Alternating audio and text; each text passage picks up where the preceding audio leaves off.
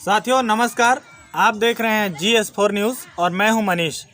साथियों, पूरे देश में किसान आंदोलन चल रहा है।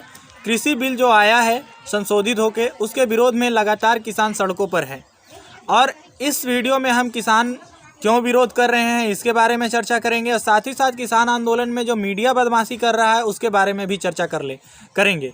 तो सबसे पहले मैं बता दूं कि क्या है ये पूरा मामला। किसान दरअसल 3 बिल का विरोध कर रहे हैं। पहला जो बिल है वो है आवश्यक वस्तु अधिनियम संशोधन बिल 2020 और दूसरा जो बिल है वो है कृषि उत्पादन व्यापार और वाणिज्य संवर्धन और सुविधा बिल और तीसरा जो बिल है वो है मूल्य आश्वासन पर किसान बंदोबस्ती और सुरक्षा समझौता और कृषि सेवा बिल। ये 3 बिल है जिस पर किसान लगातार विरोध कर रहे हैं। अब समझने वाली बात यह है कि इसमें आखिर हुआ क्या है। इसमें सबसे पहला जो चीज़ है वो मैं आपको बता दूं यहाँ पर कि जो पहला बिल है ना, जो कि इस प्रकार से है आवश्यक वस्तु संशोधन बिल, आवश्यक वस्तु अधिनियम संशोधन बिल 2020। इसमें क्या हुआ है कि व्यापारियों द्वारा फसलों के भंडारण और कालाबाजारी को रोकने के लिए इसेंशियल कमोडिटी एक्ट 955 बनाया गया था। अब नए बिल में यह हुआ है कि आवश्यक वस्तु के सूची में से अनाज को दाल, तिलहन और खाद्य तेल, प्याज, आलू जैसी वस्तुओं को आवश्यक वस्तु के सूची से हटा दिया गया है और इन वस्तुओं पर राष्ट्रीय आपदा या अकाल जैसी जब परिस्थितियां होंगी तभी स्टॉक में सीमा होगी। यानी ये सभी जो वस्तु मैंने अभी आपको बताया, अनाज, दाल, तिलहन, खाद्य तेल, प्याज, आलू, इन सभी के भंडारण की कोई सीमा नहीं है।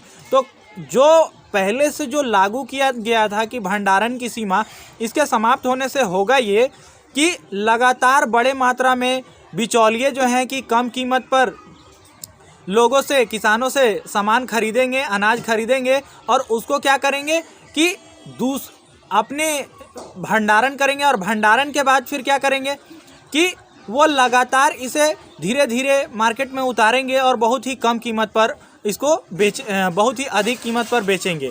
इससे जो है कि किसानों को बहुत ज़्यादा तकलीफ है। अब दूसरा क्या है, दूसरा जो बिल है वह यह है कि कृषि उत्पादन और व्यापार वाणिज्य संवर्धन और सुविधा बिल 2020। इसमें क्या है कि इस बिल के जरिए एक देश एक बाज़ार की बात कही गई है।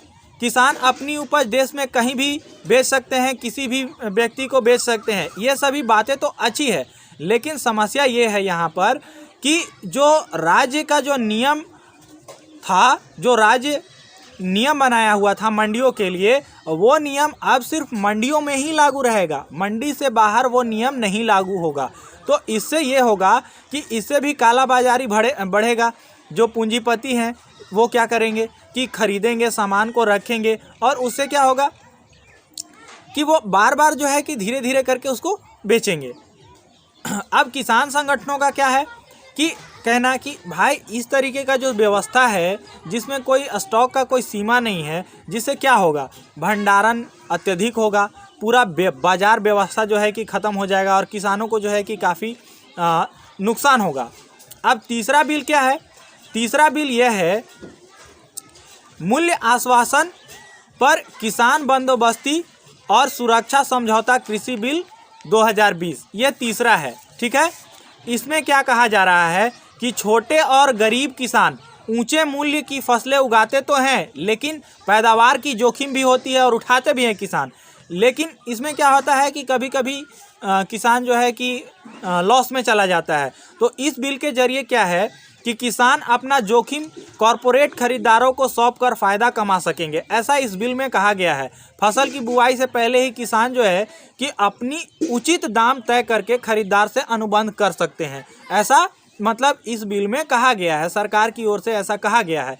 लेकिन हकीकत यहाँ पर कुछ और है, जो कि हकीकत ये है कि बोली तो लगा दी जाती है, पहले उद्योगपति तो कह देते हैं कि हम ये करेंगे, लेकिन बाद में क्या होता है, बाद में ये होता है कि कंपनी किसान को निश्चित मूल्य पर खरीदने का वादा कर लेती है, लेकिन उसके बाद क्या होता है कि फसल तैयार हो जाता है और उसके बाद फिर क्या है कि जो भी खरीदार होते हैं या जो भी पूंजीपति होते हैं वो किसानों को बोल देते हैं कि आप इतना समय तक रुकिए और उसके बाद फिर जो है कि हम आपको पैसा देंगे। या बहुत ऐसे भी होता है कि किसानों के अनाज को ही ये कह दिया जाए कि आपके अनाज की क्वालिटी ठीक नहीं है, इसलिए हम जो है कि इतना प्राइस नहीं दे सकते हैं, ये है वो है दिस दैट। बहुत तरह का इशू इसमें हो सकता है, जिसको लेकर के किसान जो है कि लगातार सड़कों पर है। अब समस्या यह है कि किसानों पर लाठीचार्ज किया जा रहा है, किसानों को जो है कि जेल में डालने की बात कही जा रही है, किसानों पर जो है कि वाटर कैनन यानी कि पानियों की बौछारें की जा रही है। आप सोच के देखिए कि इतनी ठंड में पानी की बौछारें करना कहाँ तक सही है। अभी अगर बात करें तो हाल फिलहाल में ही जो है कि दिल्ली पुलिस ने दिल्ली सरकार से 9 स्टेडियम की मांग की थी अस्थायी जेल बनाने के लिए। किस लिए जेल? किसानों को रखने के लिए। वो तो भला हो अरविंद केजरीवाल जी का, जिन्होंने कि इस बात की अनुमति नहीं दी। अब बात करते हैं मीडिया की बदमाशी की। मीडिया की क्या बदमाशी है, आप सोच के देखिए कि मीडिया इस तरीके से इस आंदोलन को प्रोजेक्ट कर रही है कि किसान बेवकूफ़ है, किसान को भड़काया जा रहा है, किसान को बेवकूफ़ बनाया जा रहा है। भाई सोचने वाली बात यह है कि आखिर सारे किसान बेवकूफ़ है क्या? लाखों की संख्या में किसान सड़कों पर उतरा है और आप कह रहे हैं कि किसान को भड़काया जा रहा है। कोई किसान नहीं पढ़ा हुआ है, किसान के बच्चे पढ़े लिखे नहीं हैं। समस्या ये है कि आज का जो मीडिया है, जिसको आप समाचार देखते हैं, जिसको आप सोचते हैं कि खबर दिखा रहा है, दरअसल वो खबर नहीं है बल्कि सरकार का प्रचार हो रहा है। तो इसलिए मीडिया से भी आपको सावधान रहने की ज़रूरत है। आप सोच के देखिए कि सरकार के खिलाफ या सरकार से कोई सवाल ही नहीं पूछता है आम जन के मुद्दों में मीडिया में। जब इस देश का छात्र आंदोलन करता है तो छात्र को जो है कि देश विरोधी बता दिया जाता है। जब इस देश का आदिवासी आंदोलन करता है तब जो है कि उसको नक्सलाइट बता दिया जाता है, माओवादी बता दिया जाता है। जब इस देश का दलित आंदोलन करता है तब उसको जो है कि आरक्षण खोर कहा जाता है। जब इस देश का मुसलमान आंदोलन करता है तब उसको आतंकवादी कहा जाता है। जब इस देश के पढ़े लिखे लोग आंदोलन करते हैं तब उनको जो है कि अर्बन नक्सल कह के जो है कि उनको संबोधित किया जाता है, अपमानित किया जाता है और उन पर जो है कि तरह तरह का प्रताड़ना उनको दिया जाता है। तो आप सोच के देखिए कि जिस लोकतंत्र की कल्पना हमारे महापुरुषों ने की थी आज़ादी के समय, जिस लोकतंत्र की बात हमारे संविधान में कही गई थी, क्या वाकई में आज वो सार्थक हो पा रही है और हम किस दिशा में जा रहे हैं? तो इसी तरीके के आम जन के मुद्दों को देखने के लिए लगातार बने रहें GS4 न्यूज़ के साथ। बहुत बहुत धन्यवाद। चैनल को लाइक, शेयर और सब्सक्राइब जरूर करें।